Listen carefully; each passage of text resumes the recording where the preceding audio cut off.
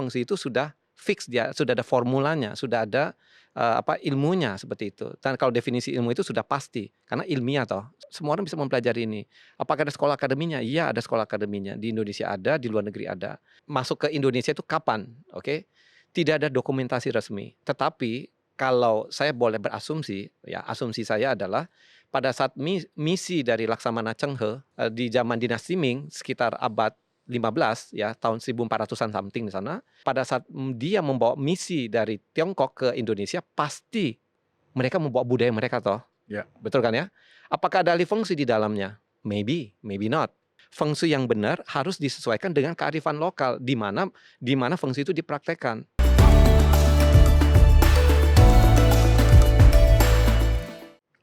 Merdeka. Hari ini podcast Nusantara ingin membahas tentang Feng Shui. Banyak sekali yang menganggap Feng Shui ini adalah ilmu gaib atau ilmu magis. Padahal Feng Shui ini adalah ilmu tata ruang kuno yang membantu manusia menyelaraskan manusia dan rumahnya dengan alam. Saya ingin membahas lebih dalam tentang Feng Shui hari ini dan saya senang sekali karena saya ditemani oleh pakar Feng Shui Indonesia, Ko Julius Fang. Selamat datang di podcast Nusantara. Ko Julius. Halo Mas Harto, halo. Senang sekali Ya. hari ini. Ada yang bilang Feng Shui. Feng Shui mana yang benar? Oke, sebenarnya kalau yang kalimat yang benar adalah feng shui. Dan ada yang mengenal juga feng shui ini dengan dialek Hokkien, yaitu Hong Shui.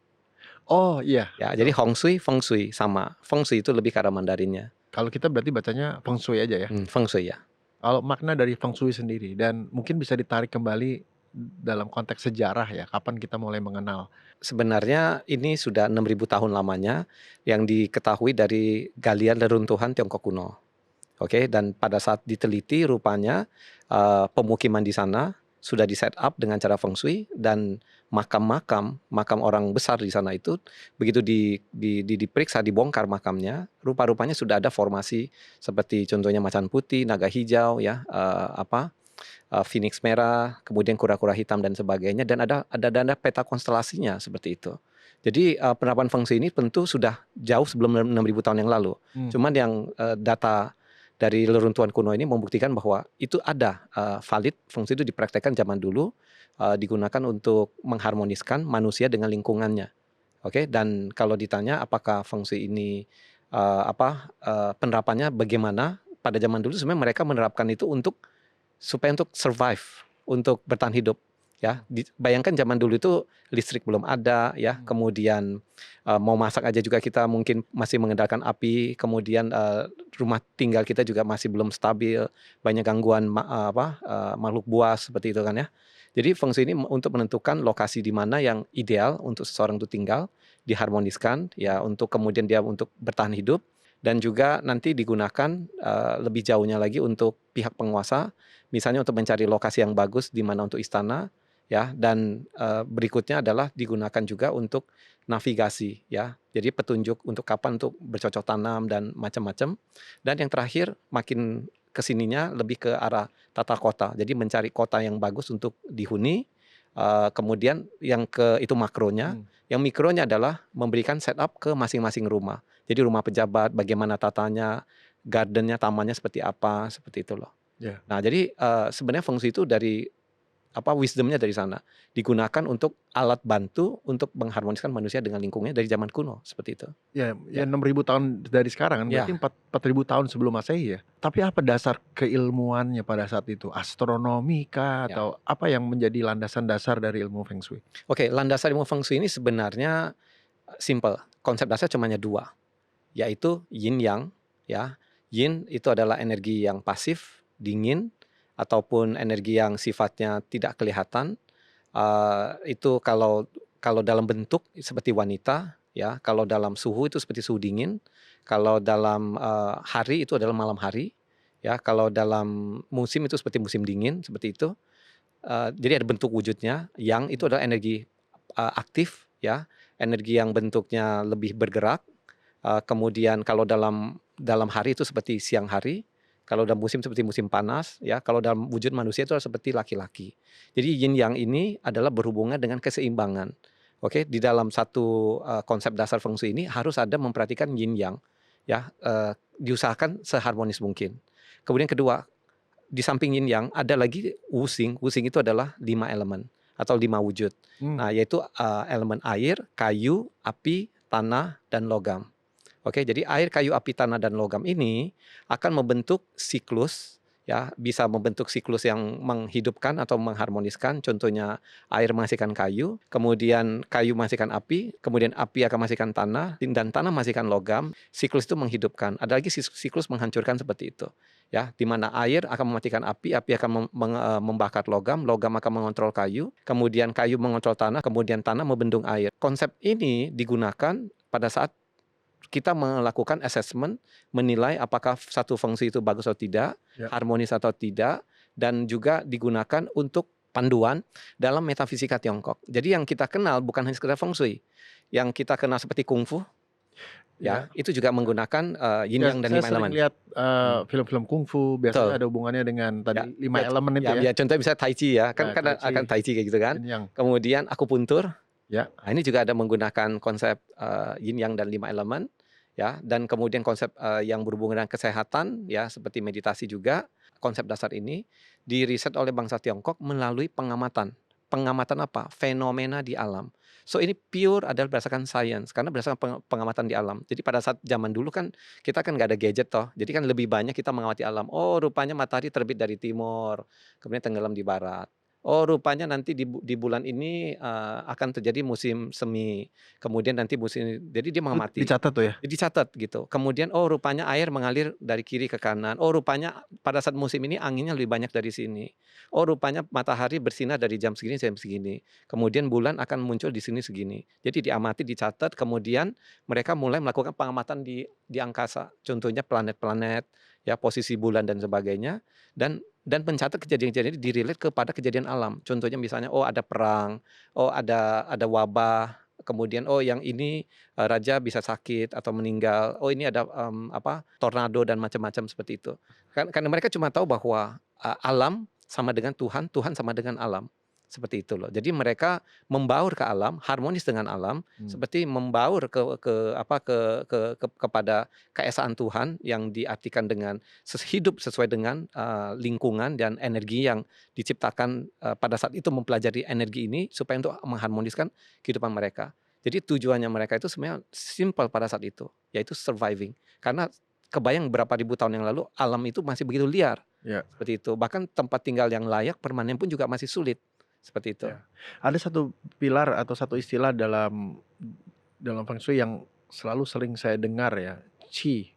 Qi. Apa artinya, apa hubungannya dengan energi, dengan urusan feng shui? Oke, baik, ini pertanyaan bagus ya. Jadi dalam feng shui ada ingredient dasar, bahan dasar. Qi ada ingredient dasar. Itu yang kita observe, itu yang kita ukur. Parameter qi ini yang harus kita bisa gunakan sebagai pusat observasi kita. Kalau tidak, dan ini sudah tidak bisa, karena yin yang itu adalah yang diperhatikan yin yang dari mana, qi-nya itu. Ya, jadi qi ini contohnya misalnya cara penerapannya gimana? Misalnya kalau kita berbicara tentang yin yang, qi-nya ini berarti apa? Panas dan dingin. Berarti kita harus ada indikasi untuk mengukur panas dan dingin, yaitu menggunakan termometer zaman now. Zaman dulu mereka tidak. Zaman dulu kalau untuk mengukur angin panas dan dingin, tahu nggak Mas Arto gimana caranya? Oke, mereka menggunakan ini. Telapak tangan, punggung mereka angkat. punggung tangan ini. Jadi pada saat angin berhembus, kita tahu anginnya panas atau dingin, mereka pakai ini. Ya, jadi mereka tidak menggunakan ini, tapi mereka menggunakan bagian ini. Mereka merasakan ini angin panas, ini angin dingin, seperti itu. Oke, jadi mereka menggunakan pengamatan panca indera pada saat itu. Jadi yang mereka ukur itu apa? Qi-nya. Jadi kalau bicara tentang panas dan dingin seperti itu. Nah, kalau qi ini adalah sesuatu yang bisa terlihat, bisa tidak terlihat. Ya. Angin tidak bisa terlihat, tapi kita bisa rasakan. Ya. Ada lagi qi bentuknya cahaya matahari. Kita bisa lihat, kita bisa rasakan. Oke, karena kan panasnya bisa terasakan toh dari cahaya matahari, dan sinarnya bisa kita lihat. Tapi ada yang tidak bisa dilihat. Contohnya apa? Kelembapan tidak bisa kita lihat. Kalau mau mengukur 5 elemen, qi dalam bentuk 5 elemen akan kelihatan juga. Contohnya, qi dalam bentuk wujud elemen kayu apa? Pohon terlihat, tangible terlihat toh. Oke, tetapi kalau qi dalam bentuk yang tidak terlihat dari elemen kayu apa? Pertumbuhan, growth. Di dalam tubuh kita saraf. Saraf zaman now bisa kita observe dengan mikroskop, dengan ini. Zaman dulu nggak bisa. Kalau kaitannya dengan tubuh manusia atau relasi ya, kadang-kadang, Hmm. wah Qi-nya kuat nih, energinya kuat nih. Ya. Itu maksudnya apa berarti? Oke, sebenarnya kalau berhubungan dengan tubuh manusia, ada yang namanya tadi aku ngomong ya, Qi itu kan ada yang bentuk Terlihat, semangat, ya, ya, bentuk energi. Energi itu kayak seperti kita lihat orangnya kuat. Oke, bisa terlihat di mana? Kalau yang tangible yang terlihat adalah dia bisa ngangkat barbel 100 kilo. ya. Itu disebut Qi juga? Ya, berarti dia punya kemampuan inersi yang bagus. Oke. Oke. Nah, ada lagi yang kemampuan Qi dalam bentuk aura yang orang-orang zaman now sebutnya aura. Ya, Jadi begitu muncul dia punya satu kewibawaan. ya. Oke, orang kayaknya seperti tunduk dan sebagainya. Orang ini nggak perlu kuat, belum tentu bisa angkat 100 kilo. Oke, tetapi kita lihat dari wujud auranya, dari face reading kita melihat wah orang ini rupanya punya Qi yang sangat bagus banget. Betul. Energinya kalau ngomong itu kayaknya bisa meyakinkan orang. Nah, ini namanya inersinya juga bagus. Ada lagi inersi dalam bentuk yang organ-organ akan terlihat dalam wujud sehat. Contohnya mukanya berseri, kalau teriak ngomong tuh kenceng kayak gitu loh. Konsepnya ini adalah memperhatikan yin yang dan 5 elemen. Artinya Qi-nya bisa diperbaiki dong? Setiap manusia Bisa. dilahirkan sama. Oke, kalau anggap manusia normal, let's say semua berangkat dari nol ya. Oke, artinya tidak ada defect, tidak ada cacat, dan tidak ada kelemahan sel atau apapun itu. Semua mulai dari nol. Ya. Cuma bagaimana mereka melakukan pembinaan ini ya, kultivasi ini dari Qi ini yang bisa menghasilkan satu yang bagus. Nah, kalau bicara tentang tadi kita bicara Qi alam yang matahari, angin dan sebagainya, kita sekarang berbicara tentang Qi-nya manusia. Ya. Qi manusia ini bagaimana kita mengkultivasinya, bagaimana meningkatkan Qi-nya. Cara meningkatkan Qi-nya adalah menjaga kesehatan. Pada saat kita menjaga tubuh kita sehat, semua organ kita sehat, maka Qi-nya di dalam tubuh kita ini akan juga maksimal. Ya. Dan untuk bisa melatih ini juga kita bisa melakukan olahraga ya, kemudian makan makanan yang menunjang Qi kita seperti itu. Contohnya pada saat kita ingin paru-paru kita lebih kuat seperti itu, dan kita bisa mengkonsumsi sesuatu yang mengandung sayuran yang berwarna putih seperti lobak, buah pir putih seperti itu kan ya. Tapi ini juga termasuk bagian dari Feng Shui? Ya, karena kenapa? Percaya nggak percaya, punya konsep dasar yang sama, yin yang dan 5 elemen. Pada saat saya ketemu satu klien, kemudian kita bicara begini, wah ini orang ngomongnya pelan nih. Contohnya misalnya, kemudian saya ada indikasi masalah kesehatan. Setelah ada ngomong berapa menit kemudian, saya tahu oke, rupanya ada masalah di ginjalnya, seperti itu kan.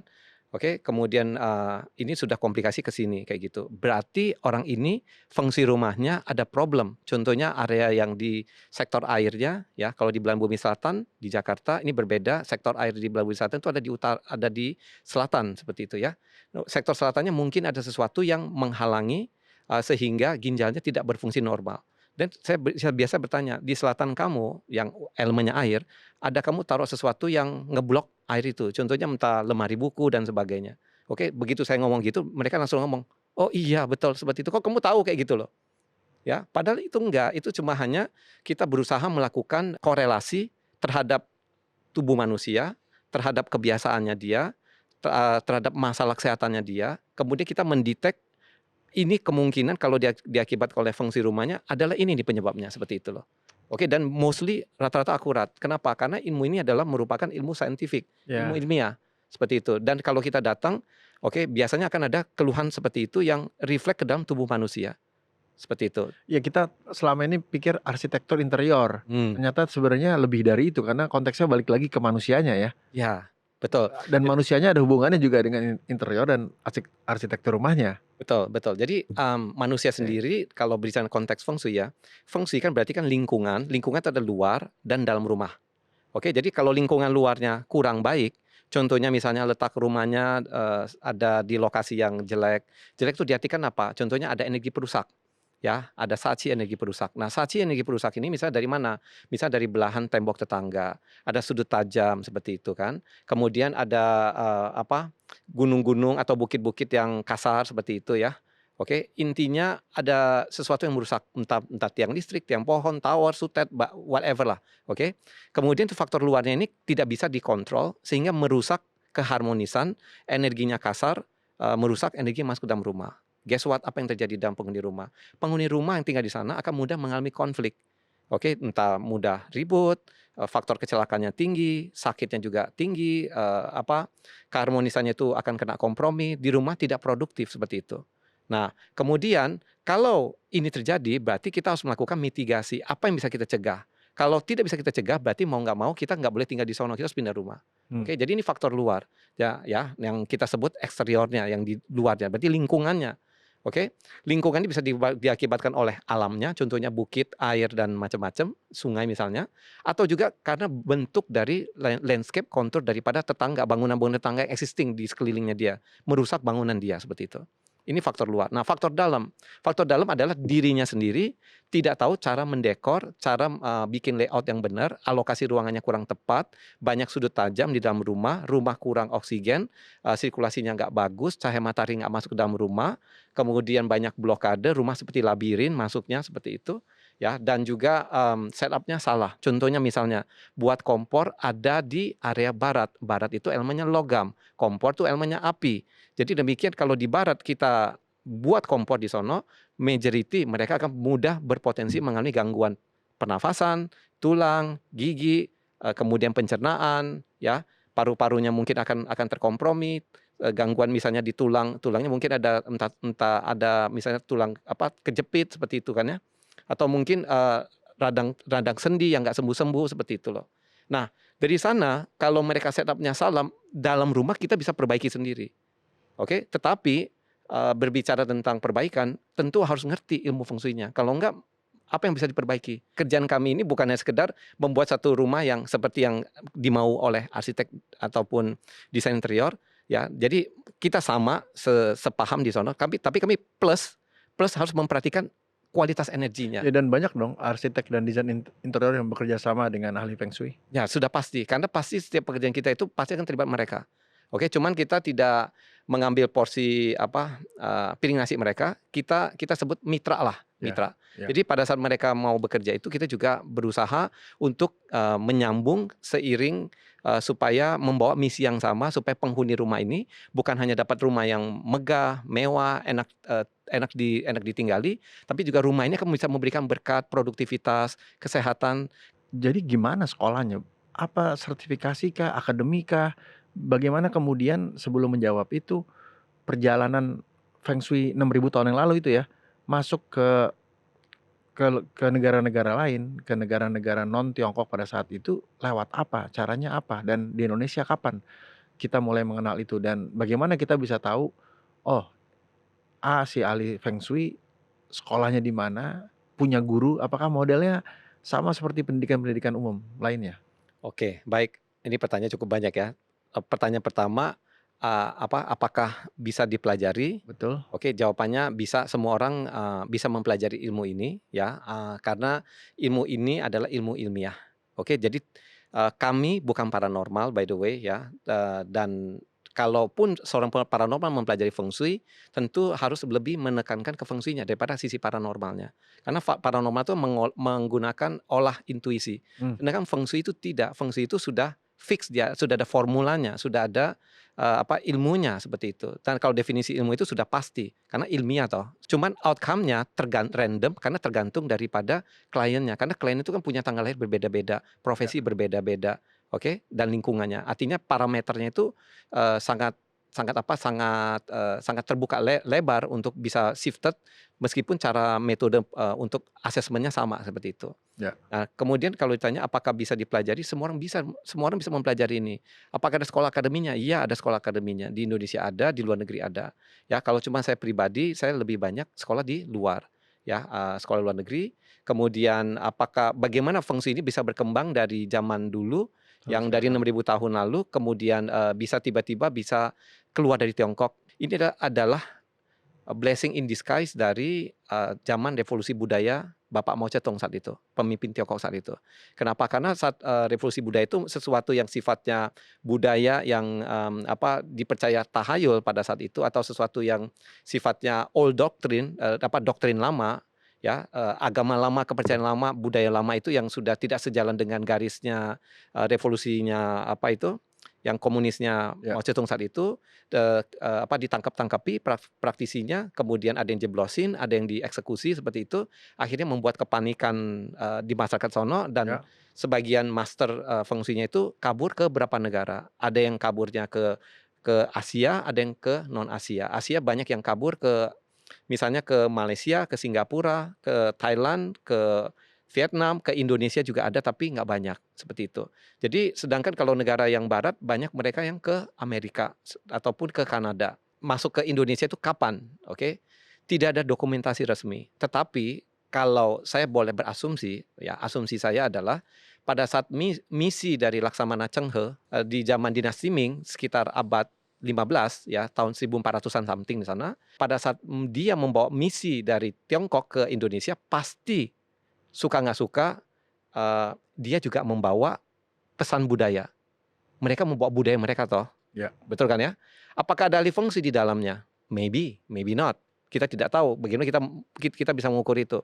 Tetapi kalau judulnya mereka mau stay di satu lokasi, mereka sudah dapat wisdom. Let's say mereka nggak membawa alih fungsi. Mereka tapi sudah punya satu wisdom. Oke, memilih lokasi yang bagus untuk Admiral Cheng He ini, ya, Laksamana Cheng He ini untuk tinggal tuh pasti ada kualifikasinya. Nggak bisa sembarangan dong. Ya. Gitu kan? Ya kayak seperti saya membawa juru masak koki saya bawa. Oke, saya membawa ahli matematika saya membawa ahli navigasi saya membawa orang jago diplomasi. Masa saya nggak membawa orang ngerti untuk melakukan perhitungan nasib saya, kapan saya ketemu raja untuk raja lokal misalnya. Ya. Misalnya Laksamana mau ketemu raja lokal untuk mau ayo bergabung dengan Tiongkok, oke kita mitra kerjasama. Pasti mereka, kenapa? Karena di zaman dinasti Ming, praktek metafisika Tiongkok ini lagi subur-suburnya. Oke. Ya kalau zaman sekarang nih AI lagi ngetren-ngetrennya. Mana mungkin kita nggak bawa ahli IT untuk ketemu lagi ngomongin tentang tentang perkembangan ekonomi. Pasti kita akan melibatkan AI teknologi juga pada saat kita ngomongin tentang masalah ekonomi. Betul kan ya? Ya. Oke, nah jadi ini asumsi saya. Again, ini menurut kepercayaan dan keyakinan saya, mereka pasti membawa orang ngerti masalah feng shui atau budaya Tiongkok yang berhubungan dengan tata letak ataupun praktek-praktek metafisika Tiongkok ya ke Indonesia. Tetapi apakah ini ada bukti sejarahnya?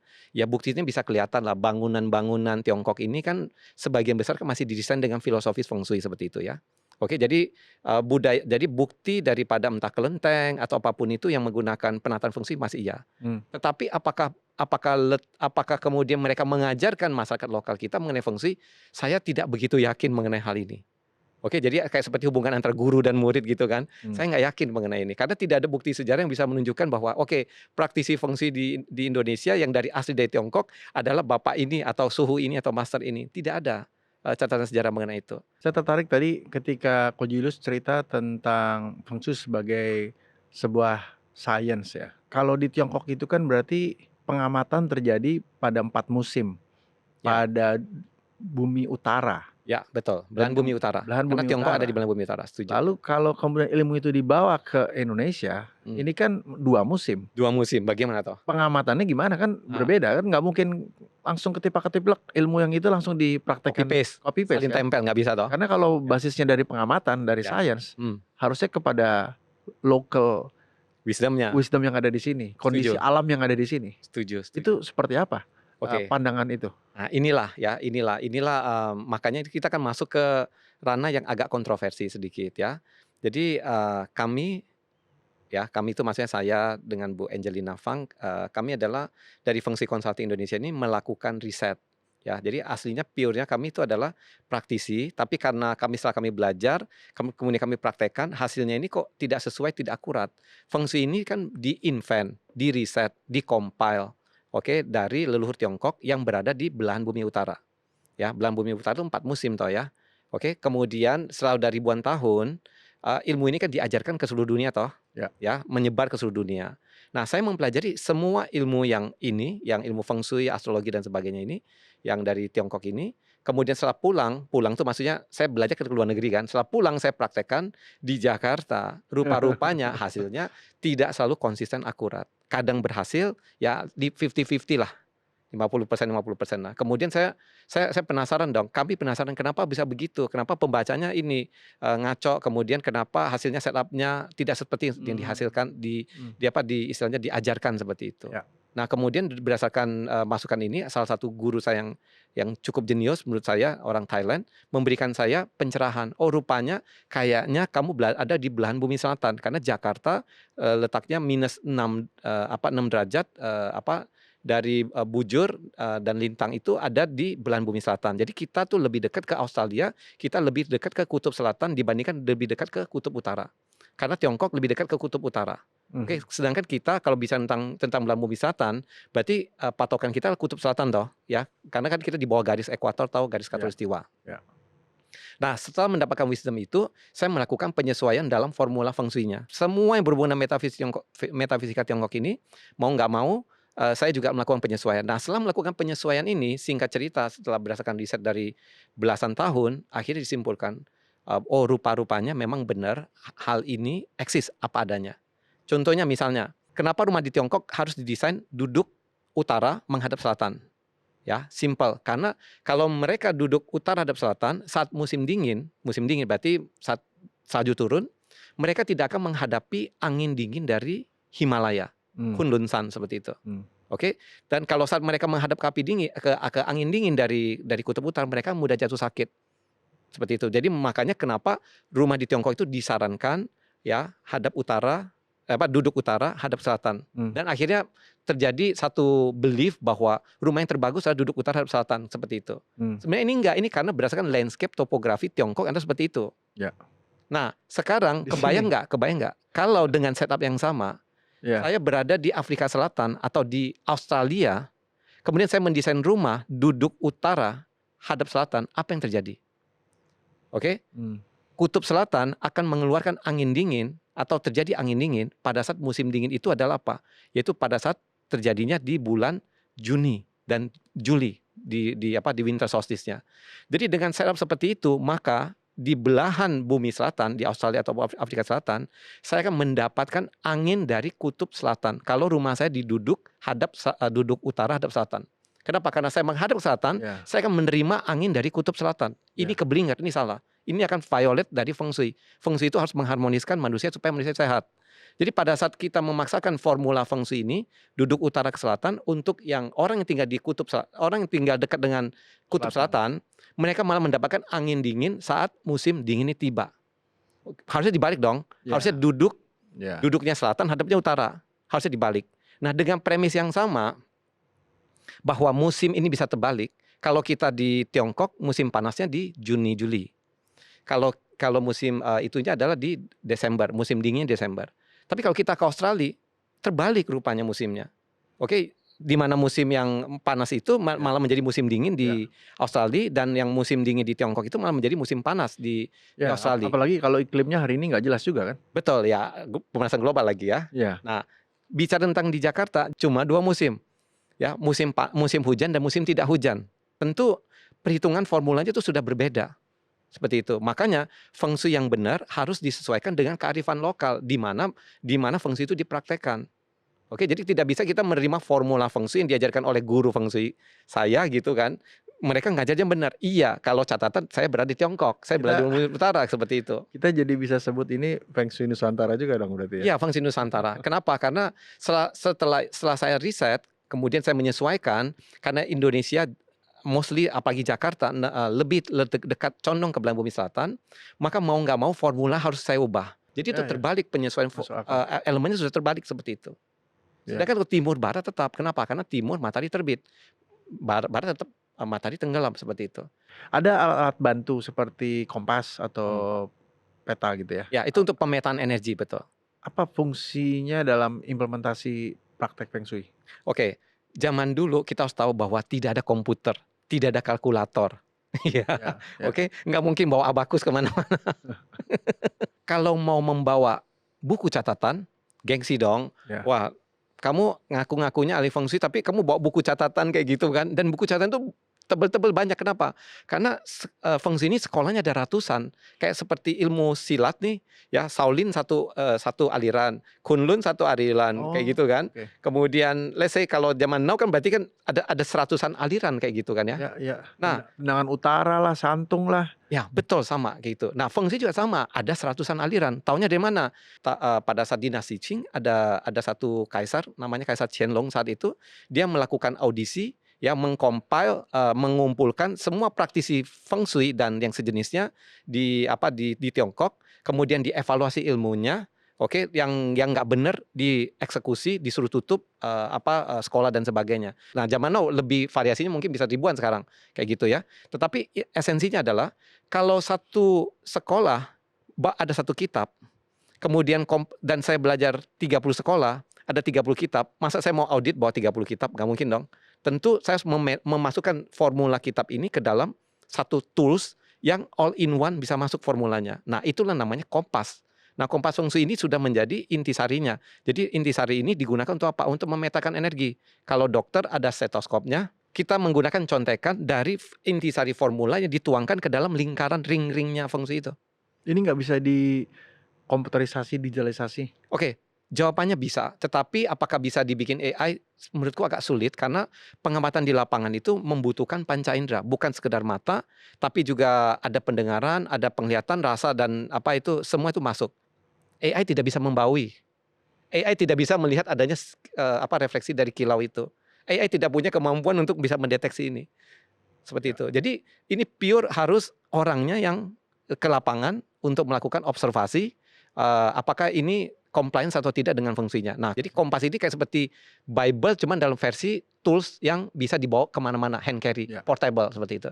Apa bedanya Feng Shui practitioner ini disebutnya ahli Feng Shui aja deh, nggak ada istilah lain? Oke, sebenarnya di zaman dulu disebut Tili ya. Jadi bukan Feng Shui master kayak gitu loh. Jadi Tili itu adalah geografi, master geografi. Tili itu ada berhubungan geografinya, pakarnya disebut dengan Kanyi. Zaman now orang taunya Feng Shui. Kenapa Feng Shui?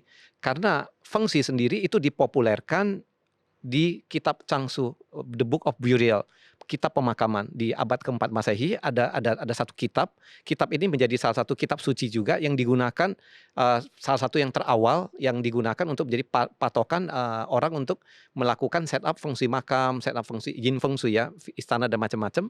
Oke, dan di dalam kitab itu kata feng shui itu diulang kayak seperti keywordnya itu feng shui kayak gitu loh.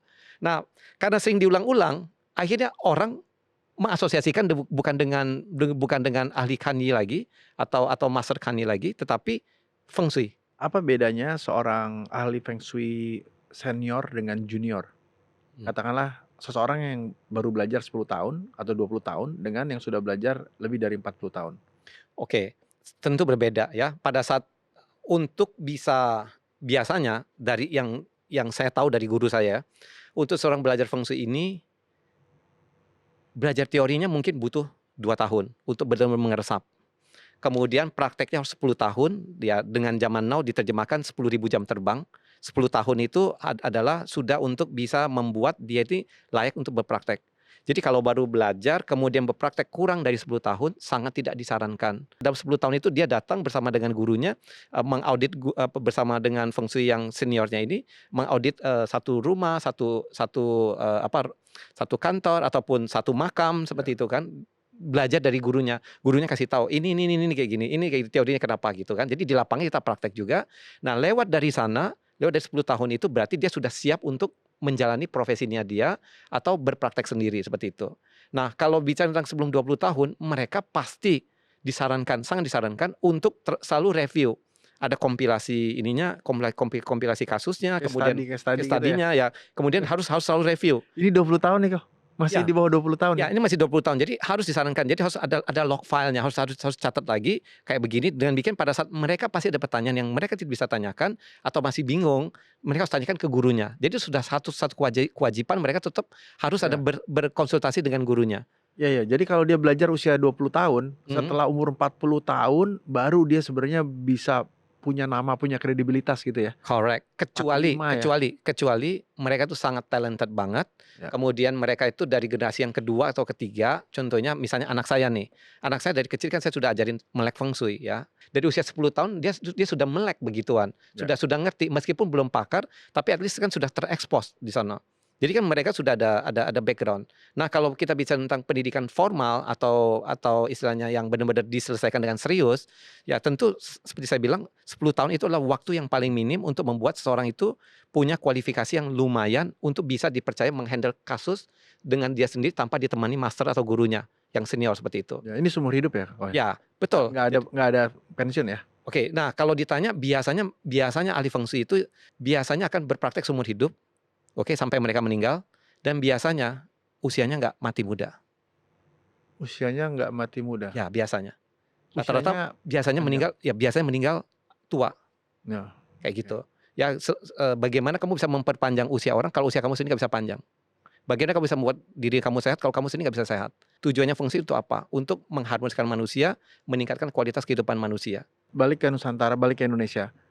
Mengapa kemudian Feng Shui bisa dibilang bisa diterima ya? Apakah memang ada satu catatan tertentu pernah tidak diterima atau dari pengalaman sekarang kita melihat Feng Shui sudah menjadi sesuatu yang sangat kultural ya, Umum umum, ya. sangat sangat sangat umum dilakukan oleh masyarakat Indonesia. Ada titik-titik sejarahnya juga kah? Oke, sebenarnya tidak ada catatan yang menunjukkan bahwa feng shui diterima, ditolak, dihujat ataupun itu ya. Tetapi saya merasa bahwa praktek feng shui ini bisa diterima aja tanpa ada hujatan atau tanpa ada resistensi dari pihak masyarakat dan dari pihak yang mereka yang keturunan Tionghoa atau Hua Qiao di sini, mereka yang punya leluhur di Tiongkok, mereka ngerti feng shui, Ya. ya terutama entah generasi kakek neneknya ataupun yang old generationnya mereka sangat welcome banget. Dengan demikian yang kedua, kalau yang tidak, bukan keturunan Tionghoa apakah mereka bisa mengadopsi itu? Awalnya pasti tidak, kayak mereka nggak ngerti apa itu fungsi, apa itu feng shui, apa itu dan cara penerapannya. However, dengan semakin modern, saat kami memberikan edukasi ya, sebelum kami kan berarti kan sudah ada praktisi-praktisi lain juga memberikan Sebelumnya, edukasi bahwa, ya. feng shui ini digunakan untuk ini nih, untuk supaya kehidupan lu lebih baik, oke, lu mau lebih sehat, lebih harmonis, lebih produktif di dalam rumah, ya. Karena kan kalau jargon-jargon zaman now feng shui untuk kaya, menurutku itu jangan langsung diasosiasikan kalau feng shui itu langsung kaya, tidak. Karena kalau feng shui langsung kaya itu bukan magic, bukan sulap. Kaya tetap harus adalah proses ujungnya di sana. Kita tetap butuh kerja, kita tetap butuh usaha, kayak seperti itu loh. Ya, cuman kalau orang akan lebih banyak kelancaran, usahanya dibuat lebih lancar, akan gampang mengakumulasi kekayaan dan ujung-ujungnya kaya. Setuju kan ya? Seperti itu. Nah, karena pesan-pesan marketing zaman now, oke, seperti itu, mau nggak mau mereka yang non Tionghoa pun juga terekspos kayak gitu. Oh, kayak gitu. Nah, makanya klien kami itu juga kami taksir sekitar 30% itu juga adalah sekitar 30% persentasenya itu juga adalah non Tionghoa. Dan saya rasa yang feng shui yang kami lakukan ini adalah sesuatu yang ilmiah, tidak menggunakan objek, simbol, patung, ritual, agama atau apapun itu bisa diterima di welcome. Dan kami pure menggunakan pengaturan feng shui setup, mengatur tata letak seperti apa adanya aja seperti itu. Hanya berdasarkan daripada penataan tata letak, mengharmoniskan tanpa menggunakan satu objek. Contohnya ada harus beli patung singa, patung kucing yang begini-gini punya ya. Oke. Oke, harus ada kristal dan sebagainya. Ya, kami tidak menggunakan semua itu. Dengan demikian kami sangat mudah diterima oleh mereka yang non Tionghoa seperti itu ya, dan oleh agama pun. Dan kalau ditanya apakah ada yang menolak? Ya ada, mereka yang tidak paham feng shui itu apa dan mereka menganggap itu ada prakteknya klinik, itu adalah magis, itu adalah sesuatu yang sifatnya tahayul, oke, tanpa mengerti esensi feng shui itu untuk apa seperti itu. Kasih gambaran buat kita, kasih tips buat Ya. kita tentang prinsip dasar penggunaan Feng Shui agar kita bisa lebih sehat di rumah, di lingkungan kita, dan Supaya lebih cuan ya. lebih cuan, lebih hoki gitu ya. Iya iya iya. Baik baik. Ya buat, pemirsa podcast Nusantara, sebenarnya ini caranya gampang, sangat praktis ya. Ya. Saya kasih tips bagaimana untuk membuat hunian kita itu supaya lebih enak, bisa membawa, produktivitas baik, kesehatan yang baik ya, cuan, harmonis. Pertama-tama adalah biasakan untuk membuka pintu dan jendela di pagi hari minimal 3 jam. Untuk supaya memasukkan energi, angin, cahaya matahari untuk mengganti energi yang sudah polutan yang kotor di dalam rumah ya. Jadi ada energi yang bersirkulasi masuk ke dalam rumah setiap pagi. Ini seperti kita buka makan dulu ya, sahur dulu, kemudian nanti kita puasa nih malamnya nih, Ya. siangnya nih kayak Ya. gitu loh. Ya, dan kemudian sampai buka malamnya ya. Dan itu artinya bahwa pagi hari kita buka untuk bisa masukkan makan, rumahnya dikasih makanan energi yang banyak supaya nanti rumahnya itu akan membawa hal-hal positif ke dalam rumah. Contohnya kita butuh oksigen untuk kesehatan, kita butuh angin untuk membawa kesempatan baik dalam bisnis. Karena dengan cukup angin kita bisa berpikiran dengan jernih. Itu yang pertama adalah itu ya. Oke, kemudian kedua, pastikan jangan ada barang-barang berantakan di dalam rumah Hmm. ya, apalagi tidak ada depan pintu masuk maupun di di sekitaran pintu masuk. Ini yang paling penting nih, karena biasanya di depan pintu masuk kadang kita suka ada taruh entah kardus lah atau mungkin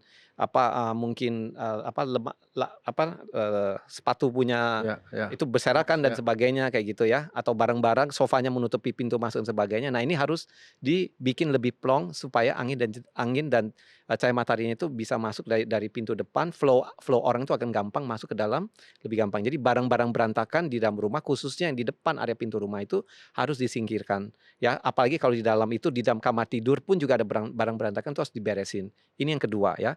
Oke, kemudian ketiga, untuk sehat kita butuh cahaya matahari. Jadi kamar tidur harus terekspos matahari. Oke, pada saat kita membuka jendela di sini, pastikan juga cahaya mataharinya harus ada masuk. Jadi supaya lebih sehat. Seperti itu. Dan yang terakhir adalah pastikan di depan rumah jangan ada blokade yang hebat. Karena kita butuh rezeki toh. Contohnya entah pohon yang tinggi besar di depan rumah ya, ataupun tembok yang tinggi seperti itu, atau mungkin kita parkir mobilnya persis di depan pintu utama kita. Oke, gimana angin mau masuk ke dalam rumah? Seperti itu. Ya, dan pada saat angin sudah masuk ke dalam rumah, ya, jadi tidak boleh ada halangan besar itu di depan pintu utama kita. Oke, dan kalau sudah masuk, pastikan harus bisa bersirkulasi sampai ke belakang rumah. Ya, bersirkulasi. Jadi saat bersirkulasi itu tahunya dari mana? Anginnya selalu ada constantly flow, mengalir seperti angin semilir, angin sejuk sampai ke belakang rumah.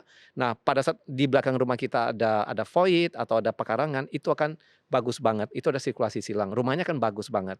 Ya, tapi kalau misalnya tidak ada, kita harus membuat anginnya sendiri harus masuk ke dalam dengan kipas angin. Nah, ini deh ya dipraktekkan ya, tips yang praktis ini. Semoga bisa membawa hal-hal positif, kualitas kehidupan lebih baik buat semua pemirsa podcast Nusantara. Terima kasih. Terima kasih banyak, Ya. Ko Julius. Terima kasih, dan tentu saja ini menjadi semacam penyemangat ya buat Ya. kita untuk terus belajar, mengetahui, dan tadi yang menarik Feng Shui Nusantara. Ya, betul. Feng Shui Nusantara. Baik, demikian diskusi dan bincang-bincang kita. Anda bisa menyaksikan tayangan ulang kami di YouTube channel dengan nama Podcast Nusantara, dan jangan lupa unduh dan saksikan tayangan inspiratif kami lainnya hanya di Dai Plus. Podcast Nusantara, hidupkan cinta Indonesia.